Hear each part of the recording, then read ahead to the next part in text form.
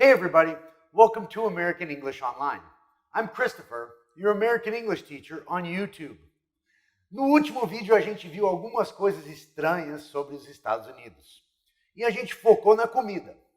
Agora a gente vai ver não só coisas estranhas, mas hábitos ou coisas que talvez te surpreendam nos Estados Unidos em relação a restaurantes e bares. Vamos lá? So, what can I get you this fine morning?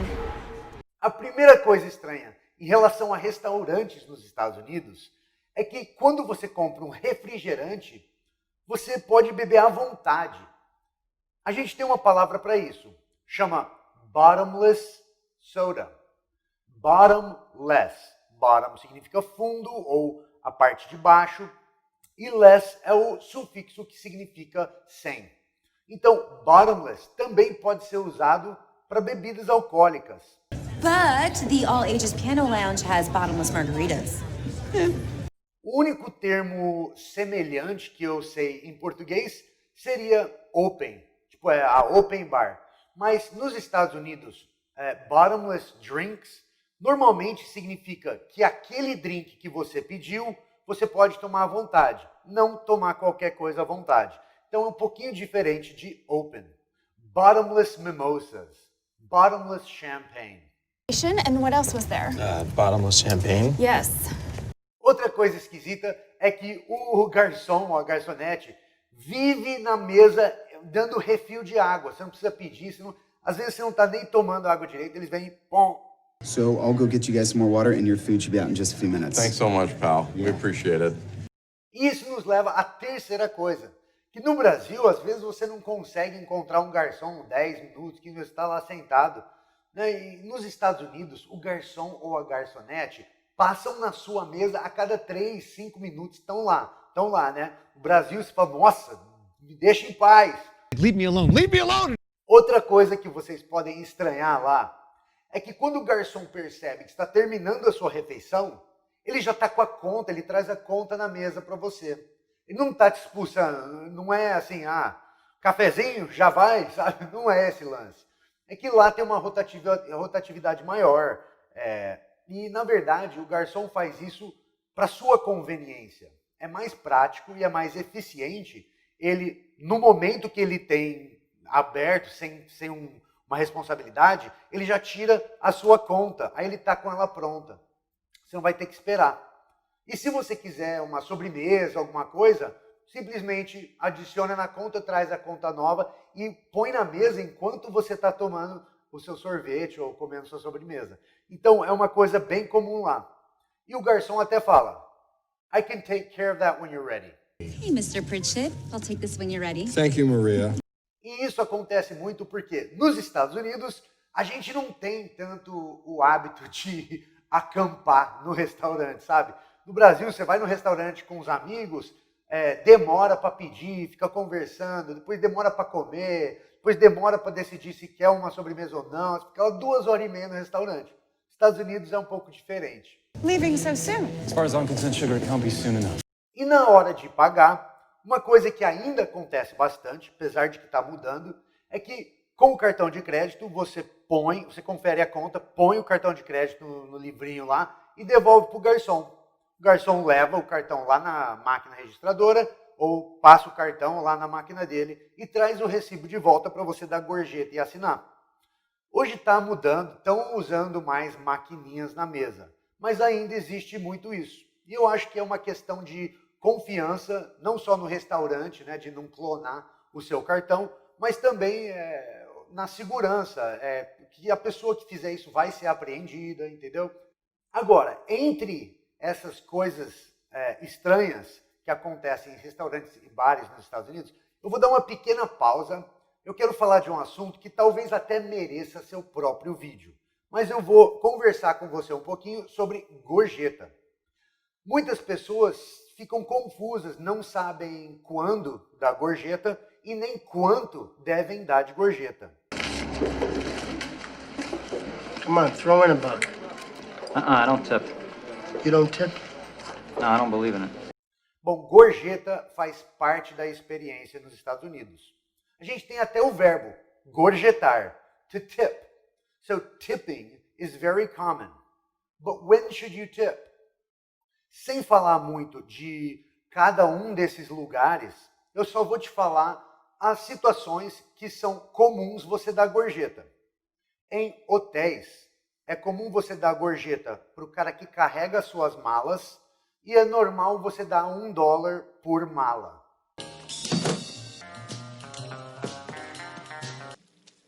Thank you. Claro, se você estiver num lugar mais chique, às vezes é um pouco mais, mas é normal $1 por mala. Você também pode, às vezes, dar uma gorjeta para camareira, housekeeping. Então, a pessoa que arruma seu quarto, tem gente que deixa $1 em cima do travesseiro para a mulher que limpa o quarto. Housekeeping. Housekeeping. Tem gente que dá gorjeta para o porteiro, mas é menos comum. Mr. Marshall, how you doing today? Fit as a dancing bear. Outro lugar que é comum dar gorjeta é para taxista. I sent that car off that's parked at the end of the lane, you know, the taxi. Don't worry, I gave him a right good tip. E não existe um valor certo. Você ouve muito, keep the change, buddy. Keep the change. Keep the change. Fica com o troco. Então depende um pouco quanto deu a corrida e tal. Mas um trocado, alguns dólares, é comum. E no aeroporto existe um serviço chamado SkyCap. SkyCap basicamente é o check-in feito na calçada no lado de fora do aeroporto. É um serviço que ajuda a evitar a fila do check-in, fazer todas essas coisas. E lá é um serviço que às vezes é pago, mas mesmo se for pago, ainda é comum dar uma gorjeta por cima para o cara que está te ajudando. Yeah, you want 5? Give me 10. Give you $10? Well, we got 3 bags. That's a pretty big tip. That's what they get. My friend and I here were having a discussion. We were just kind of wondering what you usually get for a tip. Depends on the person, depends on the bag. Também damos gorjeta para quem entrega comida, delivery. Keep the change. Então você pede uma pizza, de novo, é comum você falar keep the change ou here's a couple bucks, né, alguns dólares. Então, a gente dá uma gorjeta para quem entrega comida. Keep the change, you filthy animal. E por fim, a gente dá gorjeta em restaurantes e também em bares, se você abrir uma conta. O restaurante, a gente faz um cálculo. Hoje em dia, tá? A gorjeta normal seria de 15%, por exemplo. Mas tem gente que dá 20%. Já num bar, se você não abrir uma conta, e a gente vai falar isso já já, se você não abrir uma conta, é comum você pagar $1 por cada bebida que você pede. Então, se você pedir uma cerveja de $5, você dá 6. Se você pedir um drink de 8, às vezes você dá 2, às vezes deixa 1, mas ninguém reclama de $1 por bebida. Se for um drink de 8,50, você vai deixar 10, entendeu? Isso é normal. Mas se você abrir uma conta, aí a regra acaba sendo semelhante à do restaurante. Beleza? Deu para entender esse lance da gorjeta? Então agora a gente vai falar do bar, se você quiser abrir uma conta. Se você não abrir, você paga por bebida e dá a gorjeta de acordo. Mas você pode abrir uma conta no bar. E é comum o barman te perguntar, do you want to pay as you go or do you want to start a tab? Once you hand them the drinks, they don't have any money out. You say, would you like to pay as you go or would you like to start a tab? Você também vai ouvir a frase, do you want to keep it open? You want to keep it open quer deixar aberto, né, a sua conta. Se você quiser abrir a conta, você vai entregar o seu cartão de crédito para o barman, ele vai passar na máquina dele, numa espécie de pré-autorização, e depois ele vai colocar ali do lado, né, no seu sobrenome, né, tá, ele tem um sisteminha ali de fichário, como se fosse, e vai colocar lá com o seu nome. Todo barman tem coleção de cartão de crédito, das pessoas que abrem a conta, mas depois vai embora, esquece o cartão, não paga. Nesses casos, o que acontece é que o barman ele vai fechar a sua conta, vai debitar o valor, mas aí ele fica sem a gorjeta dele.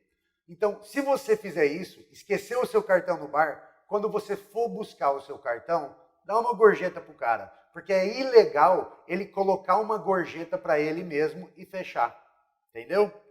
Bom, então todo barman tem coleção de cartão de crédito e de identidade falsa, né? Sempre tem um paco assim de cartão de crédito e identidade.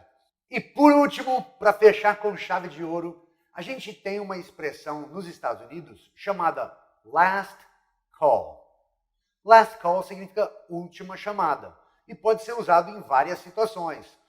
Última chamada para tal trem. Last call for flight 612, Paris, France. Wait, hold the plane! Última chamada para tal pessoa. Last call for the Joneses? Over here. Última chamada para a bebida. Last call for alcohol. My last call was 4 hours ago. E uma coisa interessante é que nos Estados Unidos, os bares costumam fechar muito mais cedo. Não existe um horário certo, porque esse horário é estabelecido pelo Estado, né? É uma lei estadual que governa isso. Então, no meu estado, por exemplo, não pode servir bebida alcoólica depois das 2:30 da manhã. Mas tem outros lugares, eu acho que Nova York é 4, tem outros lugares que é 1:30, enfim. Last call normalmente acontece 15 ou 20 minutos antes, às vezes até as 2 horas da manhã. Uma coisa, nem sempre as pessoas gritam last call no meio do bar, tá? Isso é coisa de filme, porque você não quer que 30, 40 pessoas, todas de uma vez, venham comprar cerveja no final da noite. Se você tem uma bebida, passou o last call, não pode mais comprar, mas você não terminou a sua bebida, o garçom passa e recolhe bebida. Isso aconteceu com a minha esposa, ela tinha comprado uma cerveja, mas coitada, ela toma bem devagarinho, né? E ela estava com a cerveja quase cheia. Veio a garçonete com aquele balde cheio de copo, pegou a cerveja dela, derramou, jogou o copo, saiu andando. Ela, não, o que você está fazendo? Eu falei, sorry, honey, last call was 15 minutes ago. Desculpa, querida, mas o last call foi 15 minutos atrás. Perdeu. Eles vão retirar a sua bebida, jogar fora e encerrou, entendeu? Então, fique esperto. Depois do last call, se você não bebeu sua bebida antes de fechar o lugar, você vai perder. That's it, everybody. I hope you liked the video. I hope you learned something interesting about American culture, some of the differences between Brazil and the United States when we talk about the service industry. The service industry is hotels, transportation, restaurants, and bars. So, like the video, subscribe, tell your friends, leave me a comment. Did I forget anything? Did I leave something out? So leave a comment, ask a question, whatever. And as always, let's practice. All right. Little coffee. Uma coisa... What? Compra refrigerante. Uns refrigerantes. Hospitalidade. O garçom ou a garçonete, dando a sua refeição, existe um serviço, entender esse lanche, uma pré